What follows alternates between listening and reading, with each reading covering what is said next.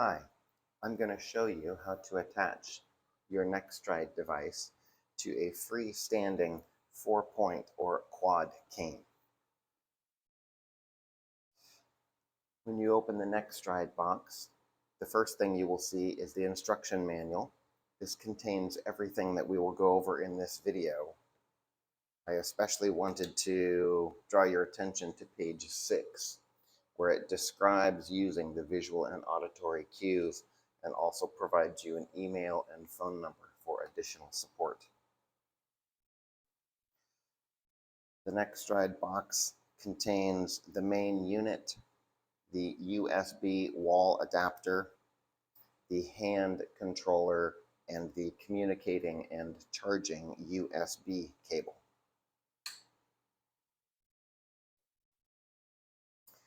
For a standard sized quad cane, we are going to use the small elastic band included with your NexStride. We are going to attach this band to one of the clips on the NexStride unit and affix this to the front of your cane, attaching the band on the back side, assuring that your NexStride is firmly attached to the cane. On the top of the unit itself, we have the charging and communicating port, as well as the on-off power switch, the volume of the metronome, and the cadence of the metronome. The hand controller will also attach with a small elastic band.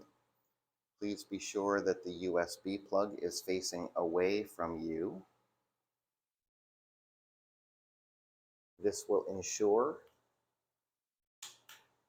that you can grip the cane normally and still have the controller within easy reach. The communicating and charging cable is extendable. It also retracts. The smaller plug goes into the top of the NexStride unit. The USB plug goes into the hand controller. And where this middle piece rests is where you can affix the magnet to the actual cane so that it will hold it firm. You can activate the laser and metronome from the hand controller. The unit itself is tippable so that you can aim the laser for best alignment for stepping. You may also turn the laser closer or further with the laser slider. At the end of the day, when you need to charge your unit, be sure that the cane is out of the way or laying down so as to not get tipped accidentally.